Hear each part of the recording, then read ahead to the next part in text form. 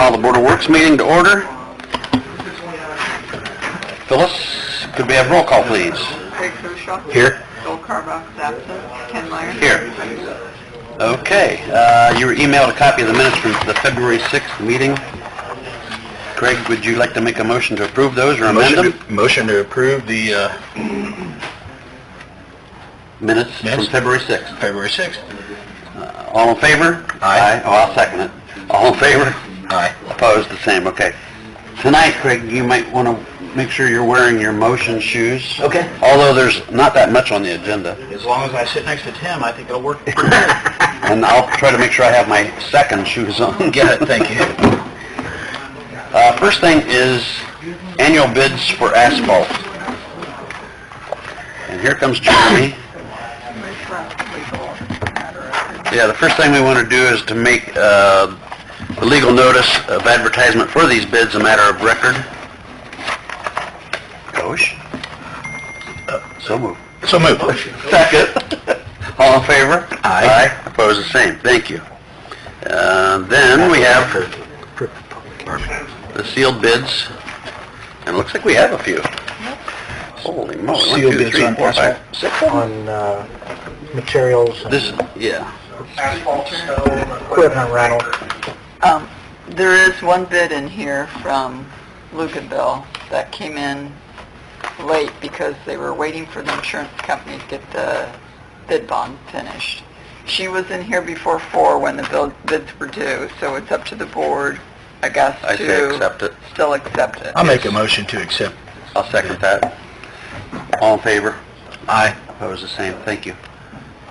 Brent's going through a little bit of a learning curve, and his mom normally takes care of it. She's out of the area. And what happened was there was a glitch with something coming from Cincinnati Insurance. It was no fault of the contractor. All right.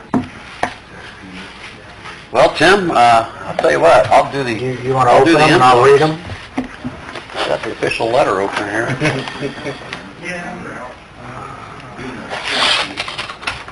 Probably going to take another advisement anyway. At least for Jeremy to review. Yeah. I can take it back there and let Cheryl know, make sure everything's there. Okay, so first bid is submitted by Fleming Excavating, Inc. It's for street materials, equipment, and labor. And I'm not going to read all of the equipment. I'm just going to give you a couple of... for a mini excavator, the rental rate would be $170 for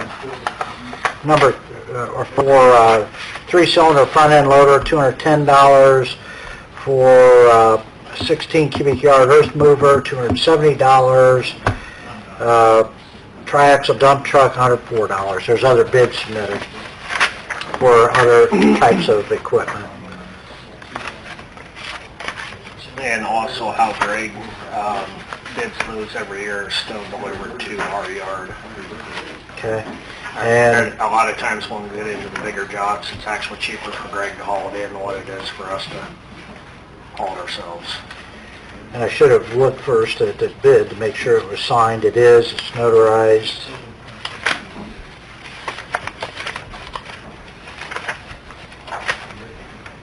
And there is a bid bond submitted in the amount of 10% of the bid. Then with regard to materials for crushed stone, size 210, 50, or 53 and 73 is $13.30 a ton. For, there's other, I'm not going to read all of these, but riprap, $15.20 a ton. Fieldstone, $12.35 a ton. Jeremy, don't we generally kind of make a motion to use more than one? Yes. What I do is, once we get through them, I'll go back and just kind of break through it real quick, and then bring it back with a recommendation, probably just to accept them all. Yeah, that's what I thought. Because normally what happens, and you get one contractor that's busier than others. For an example, our asphalt, there's been times that you call one company and they're 6 weeks out. You call the other company and they're 10 days out. And so you got to kind of play it according to their schedule and the price. it gives you some flexibility, because then if you accept them both, they get a little bit more aggressive when they come back with the quotes, knowing that they're working against somebody else. You know, for years, you know, we only had Leica, and that was the only one. After that had sold, then we went with Brooks for 3 or 4 years, and then Wayne started coming around. You know what we paid for asphalt last year by chance? Right at 60 or just a little over, I think, on surface. And binder was 57 or 58. Okay. Okay, the next bid is submitted by Stone Street Quarries, Inc. out of Hoagland. The bid is signed and notarized. Bid bond in the amount of 10% of the bid is submitted. It's a bid for crushed stone and gravel. For number 1, 2, 53, and 73, $11.25 a ton. For Eights. eights, $12.50 a ton. For uniform riprap and revetment riprap, $11.75. For natural riprap, $30. So, 8 Little bit, stone huh? sand and a little bit of 73s is about all that we end up buying. The biggest thing is the 8s. the eights. Yeah. Okay. For backfill for water and sewer. Okay, the next bid that's opened is submitted by Wayne Asphalt out of Fort Wayne, Indiana. Again, it's for street materials, equipment, and labor.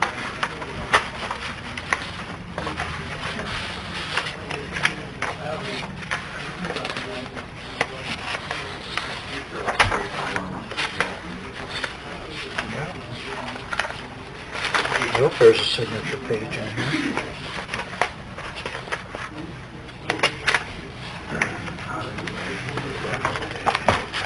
Bid is signed and notarized. Bid bond in the amount of 10% is submitted. Street materials and equipment, base $50 a ton, binder 8 and 9, $50 a ton. Surface number 9, $60 a ton, surface 11, $70 a ton. Actually, down. Yeah. Asphalt price. That's good. Okay. Let's see if there's other, is that the only thing that they would have submitted on? Yes.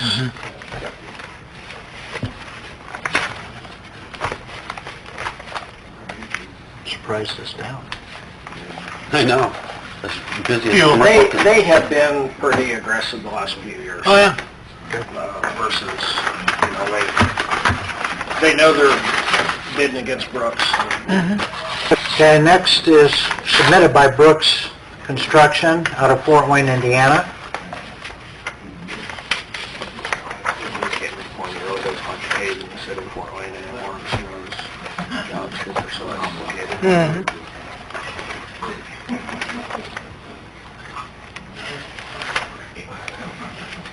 Bid is signed and notarized. Bid bond in the amount of 10% is bid or submitted. For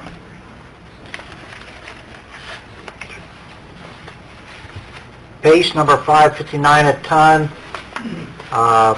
binder 8 and 9, $60 a ton, surface 961 a ton, surface 11, $66 a ton. Better. There's no bids on crushed stone. Okay. I think this is U.S. Aggregates. Okay, next bid submitted is submitted by U.S. Aggregates out of Decatur, Indiana.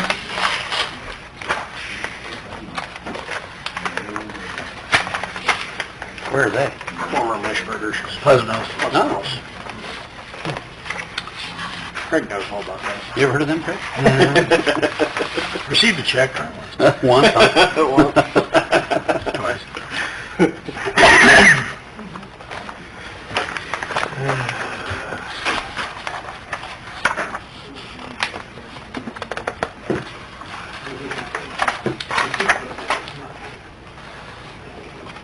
I'm going to go ahead and read it, but I'm not sure this is submitted on the correct form.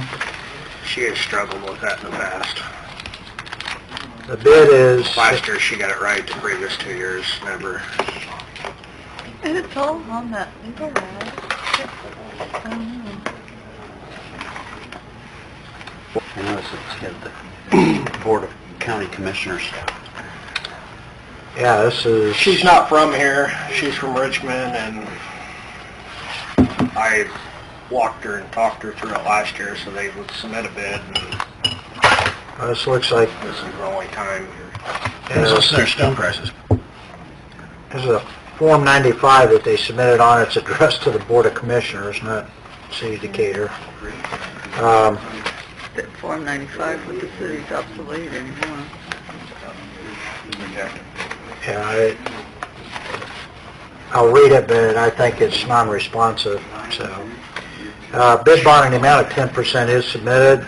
The number 8s, that's what we're looking at, $13.35 a ton. 10s, 2s, 10s, 53s, 73s, $11.75 a ton. Riprap, $12.70 a ton.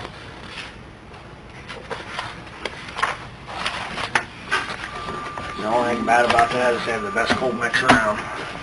You did? Yep. Did you have cold mix? Yeah. There was a it's all- negotiation it's all- that happened a long time ago about that. Which we may still buy some cold mix from down there, because if you buy it in Fort Wayne, it's just gravel. Well, their submission was on the wrong forms, blah, blah, blah, all that. Can I make a motion that we allow them? Can you still use them or not? Your bid specifications are required to be on a Form 96. I don't know why So we we can't put it even on. use them then? That's supposed to. Not on the annual bid, but on a selected project, you probably could get a quote from. Probably still get some cold mix and stuff from them. You can tell those guys they can come in and sit down if they want. Okay. But to be fair to Stone Street and stuff, on Right. larger Yeah. quantities Yeah. of stone, Right. Right. they need to haul it out of there. Okay. Okay, next bid is Luganville. submitted by Luganville.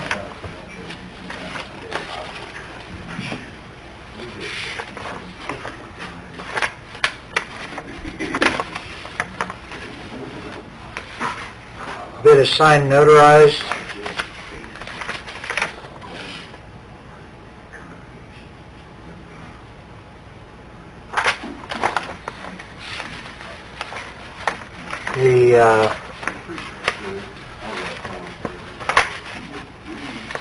Again,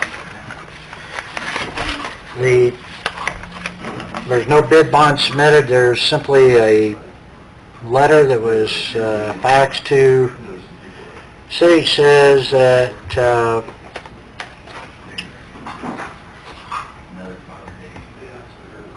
Cincinnati Insurance would favorably consider extending surety up to $350,000 depending on the project details.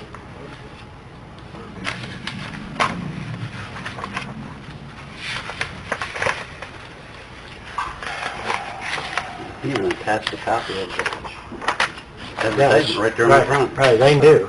In fact, I talked to them this afternoon about it.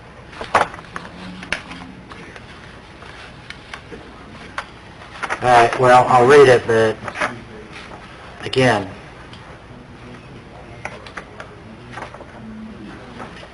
it's not a bid bond, and what the motion was is that we accept it because there was a glitch in what Cincinnati sent, but this isn't a bid bond, this is just a letter saying that they would consider. All right, 963 cat dozer would be $135 an hour, mini excavator $100 an hour. There are a number of other things bid, dump truck $100 an hour. So, Well, they waited till the 11th hour to submit. Is that the end of the bids? So are they even responsive? technically, no. Okay. I would make a motion that we take the bids, Under advisement. the bids under advisement. Yep.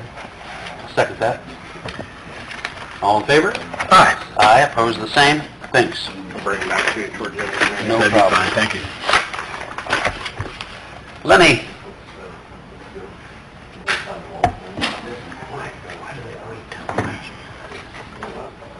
Wow.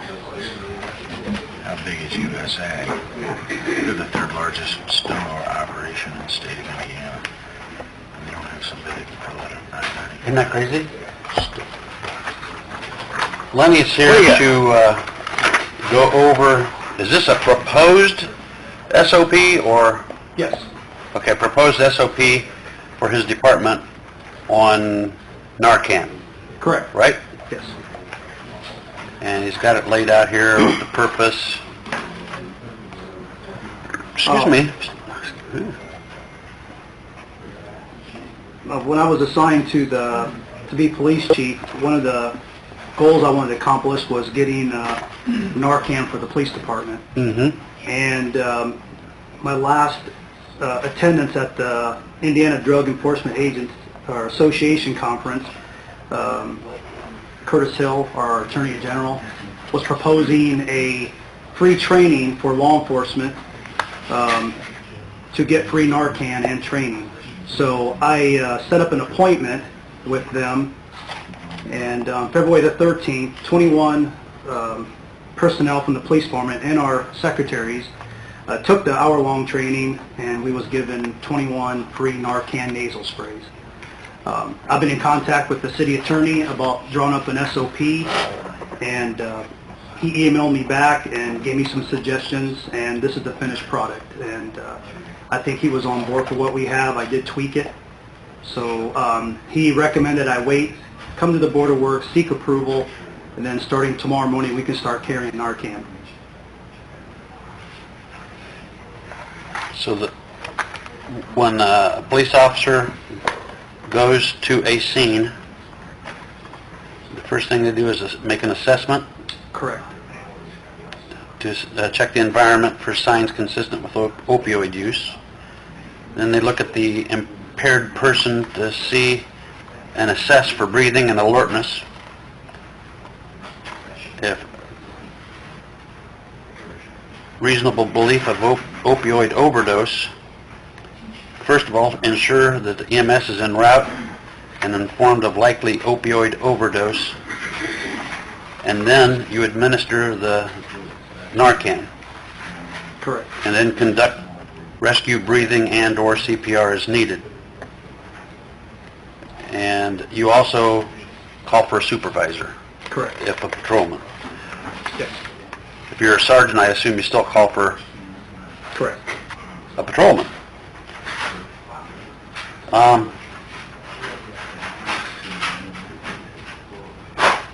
So now, then you got what to do here afterwards as far as reporting and replacing the kit, etc.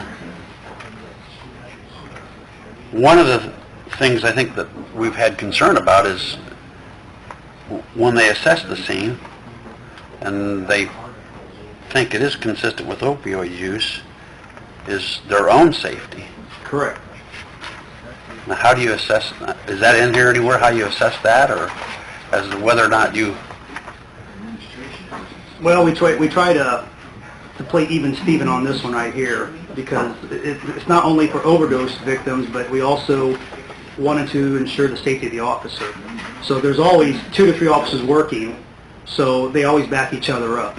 So if they are both affected, then they'll know where the spare Narcan is on the officer or in his bag. So communication will be a key among the officers, because now we have BDU pants, and they could be in the BDU pocket. Yep. Or we have med pouches in the New cars. vests. So communication is the key between the officers. That will be discussed. And then I think the time is the essence on this too. You know, so many Absolutely. times we get an individual that's passed out in a car. It could be drunk, whatever. But also they could be overdosed, maybe with fentanyl, and all it takes is small breathing of the environment where the person is, or even touching their clothing, just to say, hey, you okay? They can get affected by that. So we're encouraging officers to work closely together on situations like that. So So as he's calling for backup, whatever, he'll probably make... I don't know, you kind of... Can you keep the radio open while you're doing this, or is that something you have to push a button while you're talking, or... I mean, I'm just curious. yeah, I you know, I think with these young guys nowadays, if you ever drive around Decatur and you see a traffic stop, you always see 2 or 3 I stop do, cars. yep, I do. They're a tight-knit group. Yep. So I think the radio, I shouldn't say think, I know the radios will be fully accessed if something like that would Okay. happen. All right. Tim, you say you looked this over? Yep. And I think Lenny's done a good job of making sure that it's consistent with what the state recommends. And the key from my perspective is to ensure that we've developed the policy in such a way that it's consistent with the Indiana statute so that civil immunity does apply in the event it's administered. So I feel comfortable with the policy that Lenny's proposed. And there was a question about the storage of it because there's recommendations with regard to keeping it within certain temperature ranges, but Lenny checked with the training personnel and got some more information that he had then incorporated into the policy to make it as clear as possible in terms of how that is to be maintained.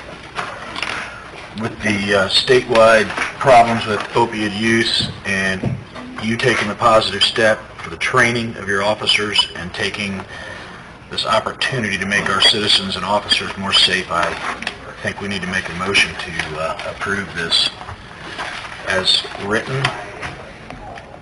Is that your motion? That's my motion. I'll second that. All in favor? Aye. Aye, opposed the same.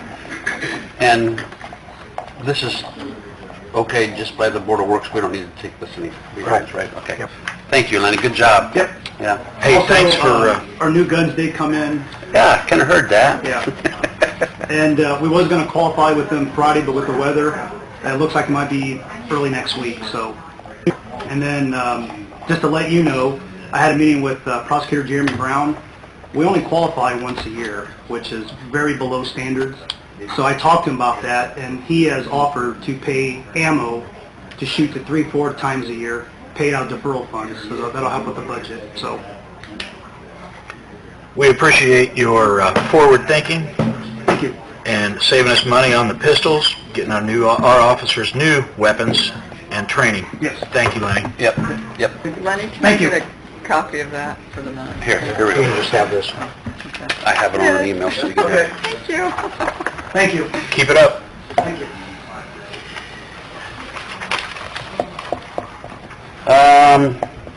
Kevin?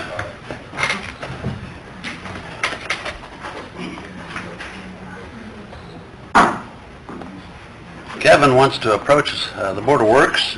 I think this is a normal thing, but yet I don't remember us doing it, but Yeah, this is basically for, to get companies to come in, a lot of it in the summer, they come fill pools, or boring companies, or different construction companies that get large tanks of water from our water plant. My concern, I don't think we've ever billed anybody that's been under our minimum billing, because we charge them outside rates. So the minimum would be $18.12, and that's if they got more than, well, if they got more than 360 cubic feet. But what I want to do is charge some of these people that get 300 gallons, their bill would only come to $2. So trying to make it worth our time to bill these people for $2, 300 gallons of water for $2 is steal. that's unheard of, isn't it? So, and that's treated water too, so, I was wanting to make it a minimum, whether it's $18.12, which that'll go up to about $25 here in the next couple of weeks, or even just a minimum flat $10 or $15. I've talked a little bit with Bill Carpenter about it. He seems to think there's kind of a gray area when if you charge somebody for 200 gallons, $18 for 200 gallons, it's pretty steep for what we charge the normal resident. But then you also think too that our residents pay this rate, why should these contractors and stuff get a much better deal? Yeah. So my opinion is we should just charge the minimum $18 for, until you hit that mark, and then charge above that. And $18 come our new water rate ordinance is gonna be It'd 25. Yeah. Okay. How many gallons, what's your minimum? It's 360 times 7.5, so that's, it's about 3,000. 3,000 gallons? Yeah. Okay. About 3,000. So once they hit that mark, then they're charged accordingly. Okay. But, and I not only bill them twice a year, and if I had, like a few of these, they got 300 gallons in March, and then they got another 700 gallons in August. Is it usually farmers, or who's doing There's this? farmers, paving companies, it's a lot of times in the summer, you get people just filling pools. They get a big tanker and they go around filling people's pools up. Okay. So you're saying $25 minimum for 3,000 gallons, up to 3,000 gallons? Yeah. That'd be fair. 5,000 is what they put on a 25-ton semi, 5,000 gallons, so 3,000 gallons is going to be a big tanker. It's a lot of water. It's a lot of water, yeah. So, that would be my I'm my thing. cool with that now. Do we have to, is that An ordinance. done by ordinance? Our ordinance reads that they are billed at the above rates, which I don't think, some of these that are, $6, $7, $12 have never been charged. So we need to have an amendment to the ordinance? I don't think so. No. The ordinance says that they're to be billed based on the rates that are already in the ordinance. Okay. So you want to make a minimum of 25 bucks? Just whatever the minimum, I don't know the exact. Whatever the minimum Whatever is it going works to out to after the new rate, yeah. be. I agree with that. And that's what I would bill them from July to December at the old rates, and just bill them for $1.36. And you'll alert them that the rate is increased? Yeah, it'll go up. Okay. And then we're talking about with the new plants too, is putting a fill station with either a credit card machine or something, so we don't even have to do this, they just charge. So the billing is minimal? Good call. I'll make a motion that we pass a minimum ordinance on water usage I'll second when that. picked up by the tanker or by the... Yeah, and like I said, I only bill them twice a year, so each time they come, they don't get the minimum bill. Okay. Okay. I'll second that. All in favor? Aye. Aye. Opposed, the same. Thanks, Kevin. And one more quick thing. Uh-huh. I had a gentleman come in who, he had rental properties, the tenant moved out, so we automatically put it back in their name, into the property owner's name. He came in, was pretty upset that he never authorized that. And I talked with Tim, we really don't have anything in our ordinance that says that that's what we do. We will on the new ordinance. Yeah, the new ordinance will address that, and then so he ended up paying that portion. I told him he'd have another small bill coming because it happened to fall between two cycles. So he did get another bill and he hasn't paid $20, $21. And so we could send him collections and talk to Tim about it. He'll fight it. And so, huh? What was he said we should just shut it off every time somebody moves out. If you do that, then eventually, you send our guy out to shut that valve off so many times, and the next thing you know, you're replacing that, so we don't really like to Right. shut that's all off if John do all necessary. day. This is kind of a circumstance, it sounds Yeah, like. it's kind of a one-off thing. He wanted to fight about it. And You want to waive he it? paid the $31.55, but then he had another partial bill for $21.12, I think. So you kind of want to just do a good faith gesture and waive it? Yeah, just be, Make a motion to Second. waive this good faith gesture towards this one individual Yep, for I'm one good with time. that. okay. All in favor? Aye. Opposed, the same, thanks. Back on that one thing, Kevin. Yeah. What are you, when you said minimum water use, are you going to charge somebody $25 for 200 gallons of water? That's what it'd be. If that's all if they come one time and get 200 gallons, that would just be a minimum charge. Like I said, if they come in January and they come again in December and get another 2,000. All right. That's Yeah, it. because it's rare. Most of them hit over that 3,000. Okay. I got 1, 2, 4. Some July to December, guy's going to come in and fill up a fish tank. I guess it's $25, right? Yeah, if they want Okay, to fill up okay. a bit of their truck with water. then- Treated water. Okay. Thanks. Still cheaper. than And you'll make sure you'll get that, let them know that prior to our Yeah, we'll let them season. know that. Thank you. And that's the thing too, when we're talking about the credit card machine, if we do that, these minimum users will be billed accordingly, but then you get the guys that get 60,000 gallons. This is tough to figure out if you charge them 2 cents a gallon, you're gonna pay $2,500 for that water when they normally pay $500. So, that's something we'll figure out. Okay, thanks. Next thing up is to review quotes for the marketing of Hannah Nutman project. And council members, if you can listen in on this part, at the last council meeting, and I don't have the minutes here, but at the last council meeting, if I recall, we asked for, as a recommendation from Greater Decatur, for $20,000 to be used toward the marketing efforts at Hannah Nutman. And that was subject to us agreeing with Lofthouse Films on their presentation. And so then we had Lofthouse Films come back, and they made a very detailed presentation, which was very understandable and pretty impressive. However, what we didn't understand at that time when we talked to them was that the $20,000 was basically just to cover their labor for doing this, and that there would be expenses incurred over and above that $20,000. And those expenses are roughly $10,000. So I spoke with Tim about it, and so the fact that it was considerably more than what we thought it was, Tim suggested that we go ahead and get a couple of prices, get a couple quotes. So we've done that, and I have 2 quotes here that we will open. One is from Lofthouse Films, which, by the way, this is Aaron, give me a little more of these, and Brandon Vogelweed with Lofthouse Films. And I have 2 quotes, one from Lofthouse Films and one from Ferguson Advertising.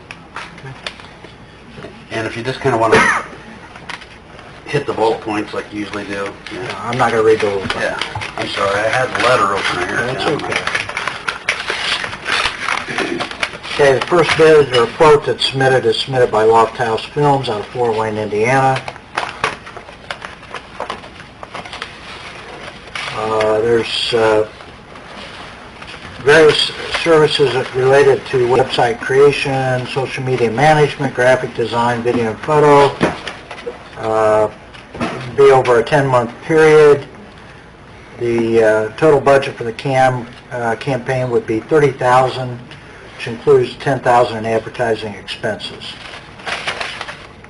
It includes $10,000 in advertising. Okay, $20,000 is so what I said, 20 plus 10, okay. Yeah. All right.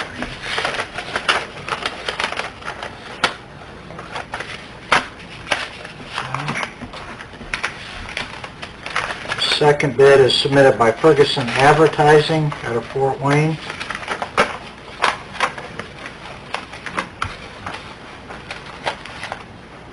Again, this would include strategic planning, campaign management, campaign theme identity development, website development, video series, other related matters. The campaign would be agency services, which would include management, creative, $59,000, media cost, billboards and digital, $12,500, collateral printing, production, postage, $5,000, with a total estimate of $76,500. Okay, What was the name of that was Ferguson Advertising. Now, what I'd really like to do is get a recommendation from the Board of Works, which this evening is just Craig and I, to accept one of these. And I asked the Vogelweed brothers to come in this evening and kind of give their presentation that they gave to Melissa, Ann Razzo, who's here this evening, and Greg Kitson, to kind of go over just what the whole thing entails. And so before I even ask for a recommendation, would you guys kind of go over the whole thing with us? Yeah. Thank you. If we want to plate something, Yep. where would...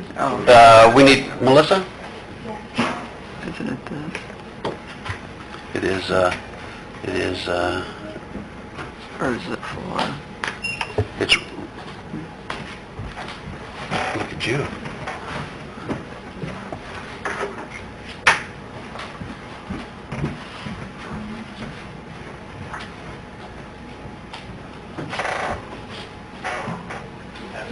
All right, yeah. Thank you. It's just an outline of the campaign that I'll be walking through with you guys. Okay. Thank you. Thanks.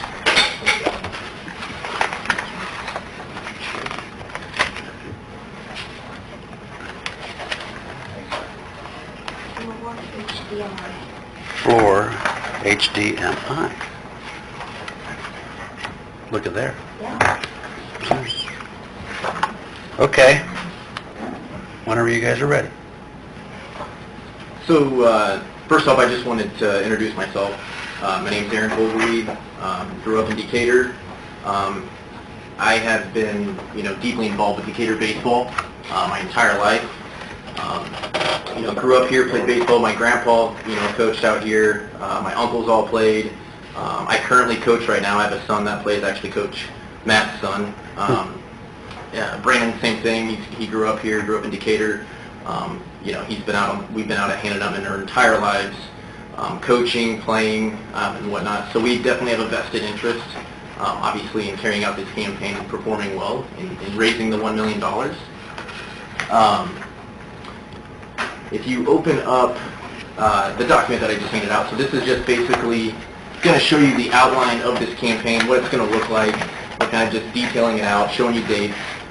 It's actually broken down into 3 different phases. There's a phase 1, phase 2, and a phase 3. The first page is actually just a breakdown of the $10,000 in expenses. So that'll be the first page. It's kind of hard to see. It's little, so I apologize for that. So basically, to run this entire campaign, which is going to involve print, we're going to be designing all the graphics for this. We're doing video, we're doing social media, we're building a website for you guys, and then we're also going to be doing targeted social ad campaigns. To do all of these things, we're projecting $10,000 in expenses. If you look off to the right of this document, I have everything kind of allocated by category.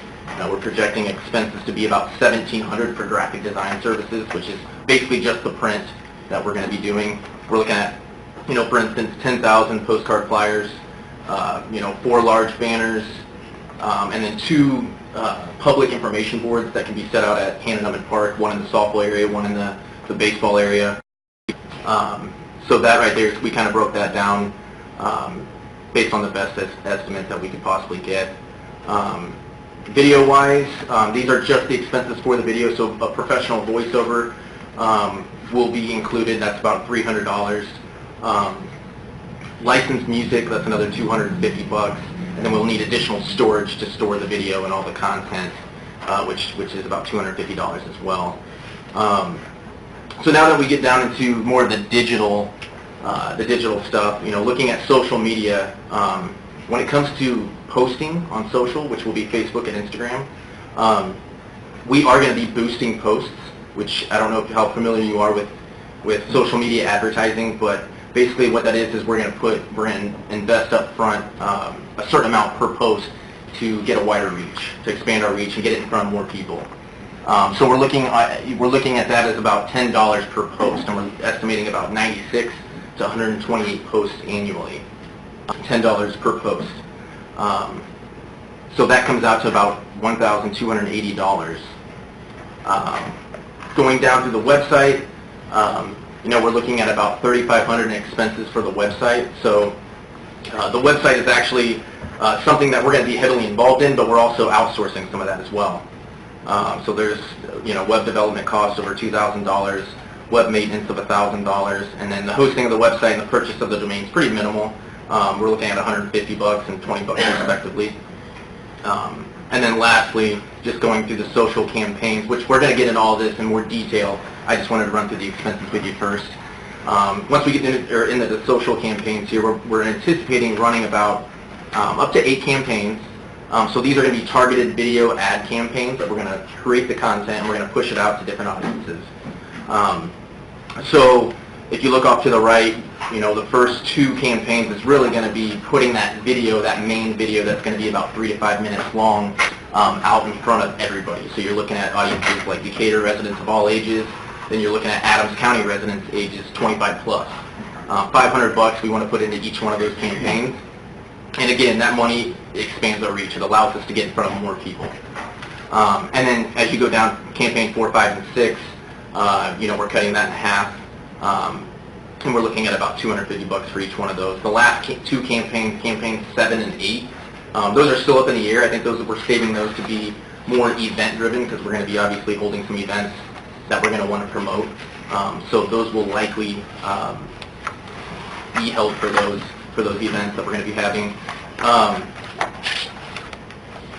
But looking at this is we came up with $10,000 because this is how much money we believe is going to be that we're going to need in order to raise $1 million. I mean, if we can't get $10,000, it's going to be very difficult to carry out this campaign. Going into the following document there, the next few pages. Okay. And I'm going to let Brandon kind of walk through the campaign. This is just outlining the campaign, showing you dates, talking about the phases. Yeah, so first and foremost, what we're going to be doing is we're going to be creating a logo. And this is also a logo that it's going to be used on all marketing materials, so it's going to create that brand awareness. And this logo can live on after this campaign as well and be used for the Hannah-Nutman Park. So whether that be signage or just staying on the marketing website we're creating as well. Following that, we're going to work on developing a tagline, something catchy that sticks with people, just something short and sweet, really, which is basically just going to be the message of this campaign. Moving down from there, we're going to start working on designing the public information boards. As Aaron mentioned, these are boards that we'll put one at the softball diamond and one at the baseball diamond. We're going to put these in high-traffic areas out there where people are going to be able to walk up and see exactly what the blueprints look like and what's expected. Next thing we're doing is we're going to design postcard flyers, anticipating around 10,000 of those. This is also going to be another marketing material that we'll have out at the diamonds, as well as some local businesses and other areas that have traffic where people would be interested in seeing this information. Following that, we'll go into the banner design, and I'm envisioning those banners, each one to be at all 3 Hannah-Nutman entrances, as well as one here on 2nd Street, where banners typically are getting hung. And then we'll also be designing an email marketing template, and that will be used to tap into the network of emails that are already existent that the city may have from previous campaigns, whether that be Keystone donors or particular businesses. So then getting into phase 2, running through April and May here, this is where we start getting into the digital side of things. So we'll be creating the social media pages. The 2 we're going to focus on are Facebook and Instagram. The reason we chose these 2 is because these are the 2 most visual-driven social media outlets, and they also communicate when we run these ad campaigns. So the plan behind the first to get likes to these pages is to tap into some of the resources on Facebook that the city already has, whether that be Facebook pages ran by the city or also key figures such as yourselves who can share this new page to get more likes onto that, and then the same with Instagram. So then the next step there, or I guess running at the same time, we would be running into the marketing website here. This is basically just going to be a website that houses all the information that the public would want to hear. Maybe have fact sheets, things like that, so any questions that they may have can be addressed here, just to make it very straightforward so they can just look at it any time and have conversations about that on their own. Following that, we'll then begin the content creation. The content creation, when we're in regards to photo and video, is beginning on May 25th. The reason we held out is we want to wait for the Little League baseball season and softball seasons to start up so we have stuff to film out there. So getting into the video, we're going to be creating a main video. This is going to be the main presentation that's really going to house all the information that people want. But what we're really going for is that emotional impact, something that is going to be able to strike a chord with people who have an interest in Hannah Dutman, who have history out there, whether they be coaches, players, or just fans. And to give you guys an example of kind of that emotional impact that we're talking about, I'm going to pull up a previous crowdfunding video that we did last year for an organization in Fort Wayne.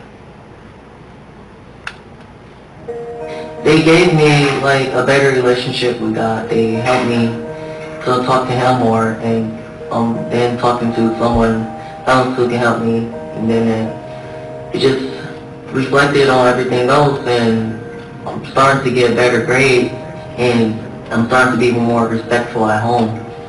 Not only do our mentors like help us like with homework and stuff, but we actually can come like with anything that like we need. So no matter if it's like family issues or just like issues that you're dealing with like by yourself, you have other people to talk to. The Brandon Foundation is a great place to be because it's inspiring, and the people there will never give up on you. They help me just to let me know that, you know, times may get hard, but you just still have to strive to be your best. They help me learn and help me do my homework. The Brandon Foundation is like a cover. It's like you're in a winter and you just need that warm support. The Brandon Foundation is a nonprofit after-school mentoring and tutoring program.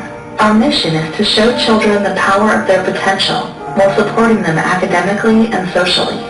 Every year we look for people in our community who want to invest in the lives and dreams of our students. When you become a dream maker, each child receives school supplies, shoes, a winter coat, hat, and gloves, after-school programming and snack, a Christmas gift, a birthday gift, and summer camp registration fees. Each one of our students has a vision for success in mind and a dream in their hearts. Without backing and supporters like you, the Brandon Foundation would not be possible. Support and donations help sustain our organization, benefit our future leaders, and give us a strong presence in our community.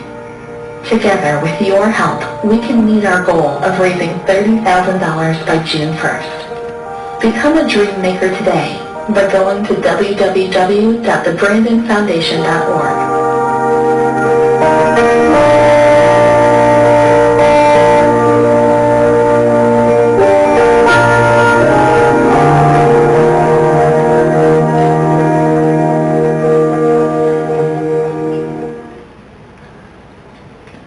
How long was that? Let me pull it up there. That's a good question. I think it's 2 minutes 20. 2 minutes 20. Okay, all right. Yeah, so the reason I wanted to show that one right there in particular is that was something very emotional. It created that attachment as the viewer to where you could see that the direct impact that you would be having as a donor. And that's something I'm really envisioning with this project as well. Basically keeping the focus on what really matters, and that's the kids, and then making sure that they have the same opportunities that Aaron and I had as kids as well. And I think that in today's world, the best way to really get the message out to people running campaigns is on their phones and on their computers and their tablets. So we believe that video is going to be the most powerful tool that we have. So then after that video, the main presentation, which would be something similar to as you just saw right there, I'm going to take elements of that video and break it down into social clips. So these will be anywhere between 5 and 30-second snippets that are targeted towards those audiences that we mentioned earlier. Basically, what this is going to do is these demographics we're creating, it's going to be different age levels, different incomes, just a bunch of different criteria that we're going to determine what to show these people. So these are going to be more niche videos based off that main presentation. But then moving forward now onto phase 3, which will be May through July, this is when we start doing the targeted social ad campaigns. I'm envisioning the very first one beginning on Memorial Day weekend. This would be the main video similar to the one I just showed you. The reason for that time frame is I believe that if we can get that out there when people are congregating, when they're going to be having barbecues, seeing family and friends locally here, it's going to enable people to start having these discussions and talking about this project. So I see there being a big value in being able to get this done by that time.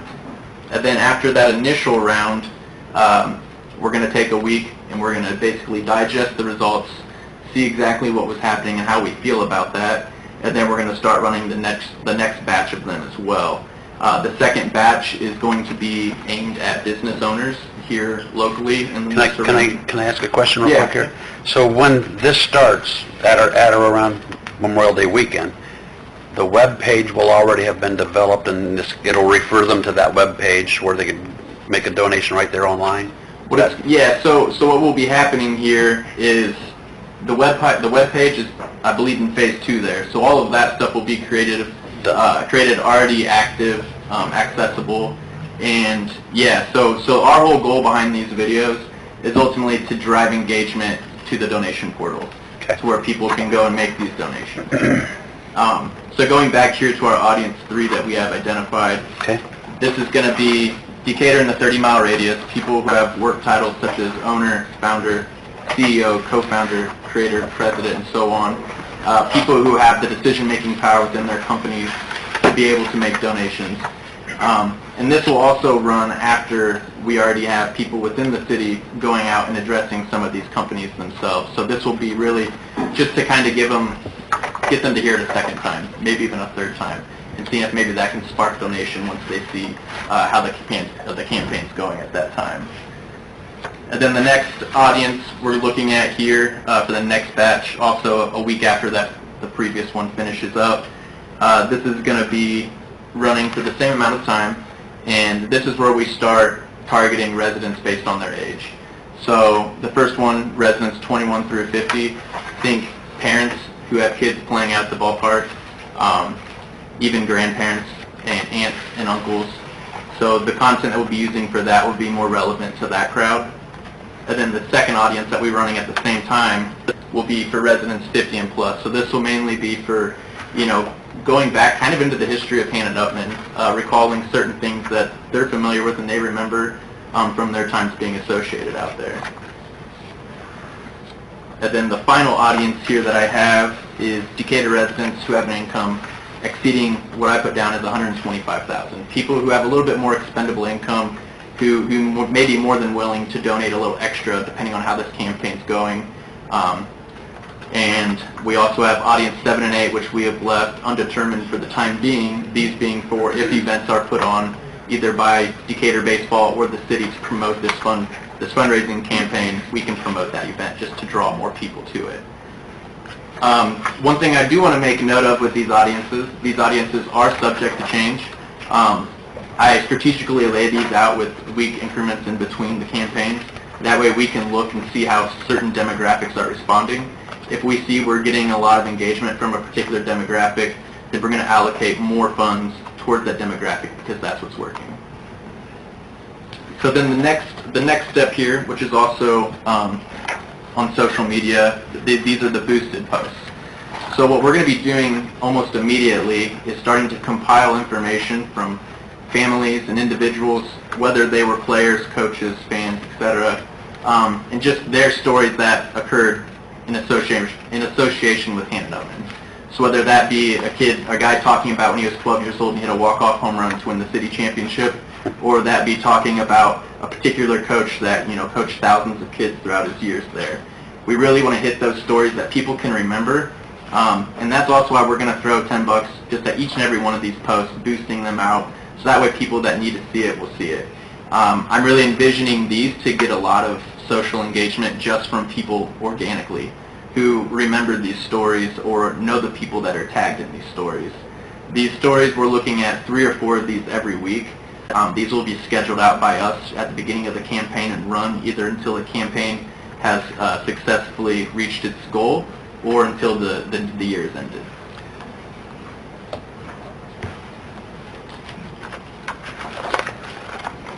So that's basically the outline of what the campaign would look like.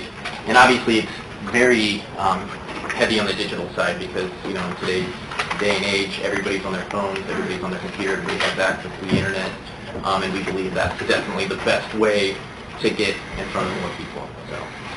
And when we had our meeting with you, we'd even discussed briefly about how we could get a lot of that information. Whether we had what do we call it, like a batting practice evening, and actually I sent something to Decatur girls softball because their registration was last week, and I know they posted something. What I sent them, they turned around and put that right on their Facebook page, and they had it displayed at their tryouts. And I've seen 2 postings on Facebook of old softball things. So it's getting out. That's what I guess we want to get, is we want to get people to tell their story of a memory from Hannah Nutman through pictures and an added paragraph or 2 that you can, like you said, so when we post that as one of the snippets, somebody, you'll see that and say, hey, I was there, I remember that. And it gives you the want and the engages you in the project, makes you want to donate. So that's their presentation, and before I go to Craig and look for a motion to either accept their proposal or the other proposal, which they're not here to make a pitch. Any comments, questions? Just assuming we also have a way to have this content to where you or I or others in the room can take it personally to someone. Yes. Mr. Becker's probably not on Instagram, are you? Yeah, there's a lot of people that aren't on social media, but so we would need to have those available on laptops, whatever, that we can, so when we go out and call on people, show a 3-minute clip on whatever, to whichever demographic they may be, whether it's business or individual or whatever. I think of several business owners Yep. aren't as digital savvy. I think it's great. There's Yeah. some approach to take, but not all of them are going to see it there. We did talk, I don't know what happened kind of with the premiere of the video. We kind of did talk about, this was just an open discussion, of once we get that video finished and completed, actually having an event, a premiere, whether it was at ABC Cinema or wherever, and getting a bunch of people involved right from the get-go to come and watch that. And that was kind of maybe the soft launch, but that was just like an open discussion, ideation. That could be potential possibilities as well. But you guys will everybody will have access to the video. I mean, it's going to be online, it'll be on the website, it'll be on, you can access it from your phone anywhere, so if you want to show somebody, that wouldn't be an issue at all. Couple questions. How long you guys been in business? Well, we've been in business under Lofthouse Films for about 1.5 years. We did this a little bit before that under a different business name, and we've had a lot of success. So we're located up in Fort Wayne, downtown, and we handle a lot of large accounts where some of our clients we handle all of their marketing for them. Everything that we just kind of talked about, we do for them. We also have clients where we do just video, and we just manage social media. So we are more of a digital marketing company. Can you share some of your clients' names? Yeah. So we've done business with, Master Spas in Fort Wayne is one of our larger clients. Matilda Jane Clothing, rapidly growing company that's in, 50 different countries. We've also done business with Strick over here in Monroe, which is actually a local business. There's some other ones that I can pull it up here. We've worked with various manufacturing companies, Ottenweiler Company. Pull up your webpage, that shows it. Yeah, You didn't work with Hoosier Pattern, did you not? Yeah, we did. We worked with Hoosier Pattern. Fleetwood was one of our first clients. Good. Do you need a password to get in here? I can give it to you, if you do. No, you don't. Okay.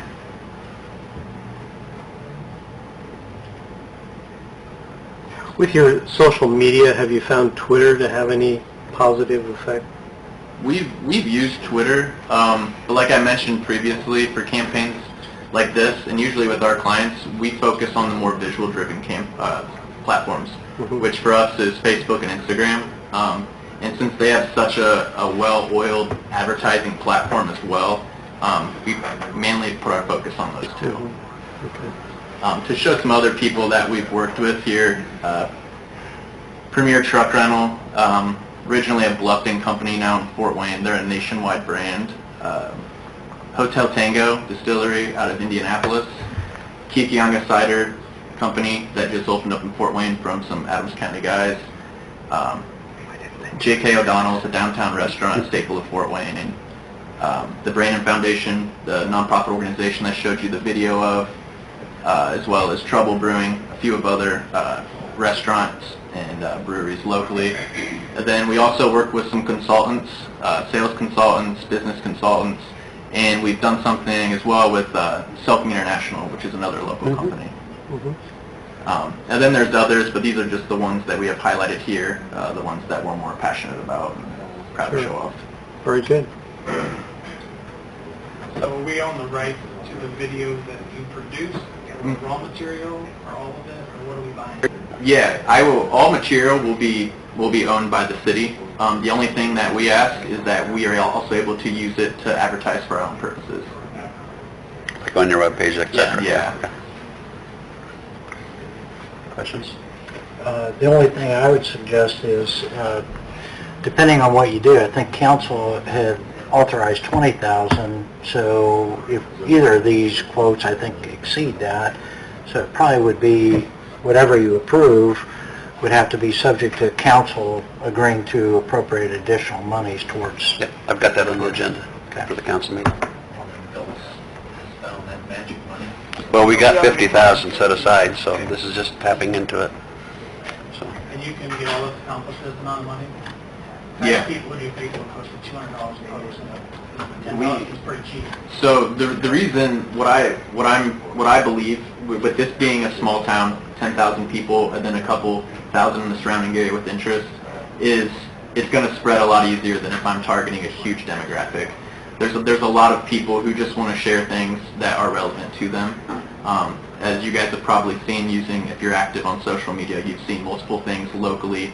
I guess what you would call go local viral, where when people pick up on a good story, they feel like they should share it. So that's really what we believe, and we don't think that there should be any issue hitting that emotional attachment to it. We need to tell all of our friends and family and neighbors that every time you see one of these posts, share it. Our in-house marketing person in the store has found the most value in $10 boosts.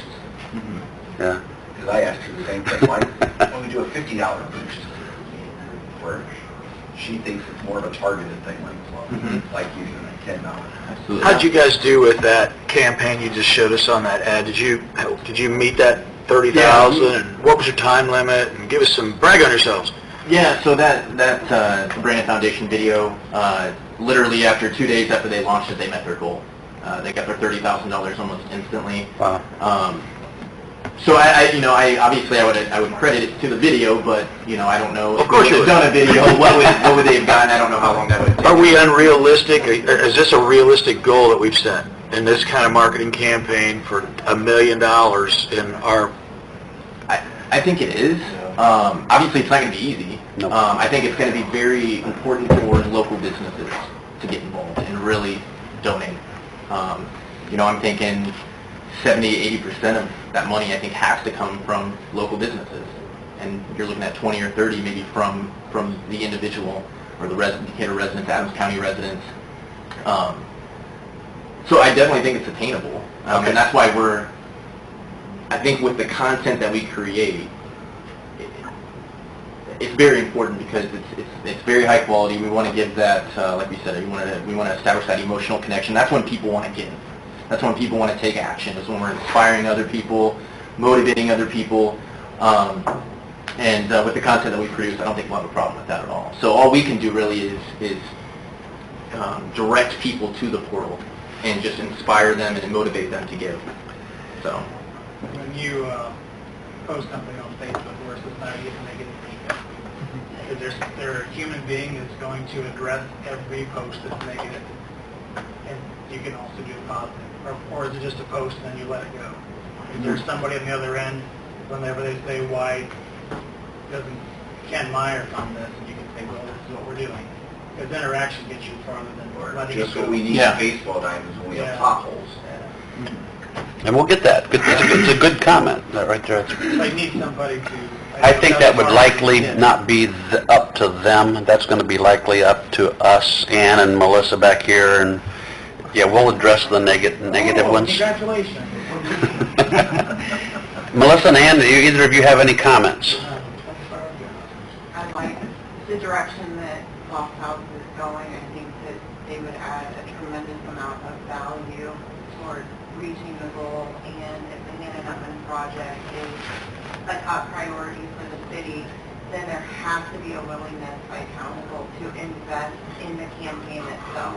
The goal is to recoup some of those advertising dollars and the amounts that would go into getting the word out and getting people emotionally charged to contribute and want to be a part of the Hannah Nutman project itself. But there has to be an initial upfront expense laid out. And the expenses for marketing and cost of donor recognition and building the campaign itself are being considered and being brought into the actual dollar figures that are going to be put out to the public to be raised. But initially, it's got to be funded by you guys. So I hope that you support. You know, the question was asked, can you do all of this, you know, for that amount of money or whatever? And when we met with the brothers here in our meeting room out in back here, the answer is really no, you can't. But they are, because they're passionate about this particular project and they're discounting it to their hometown.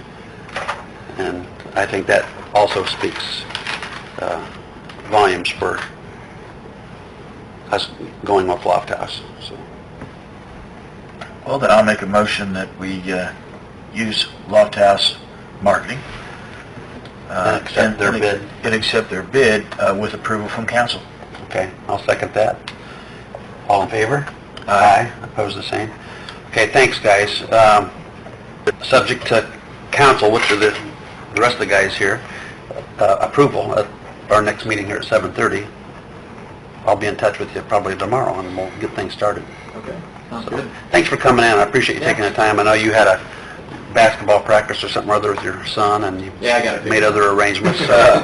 We switched days, so Yeah. didn't have to cancel. Okay. Appreciate it. Yeah, no problem. Thanks, guys. Thanks. Thank you. Yeah.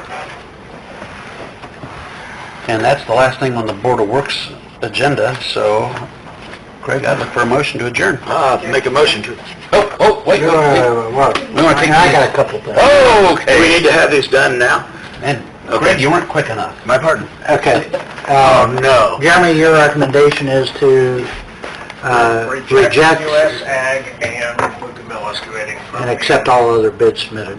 Yep. And the rejection of those two is because they're not responsive bidders or quotes. Right. Yep. The rest of the numbers from Fleming and Stone Street, and both paving companies are very good.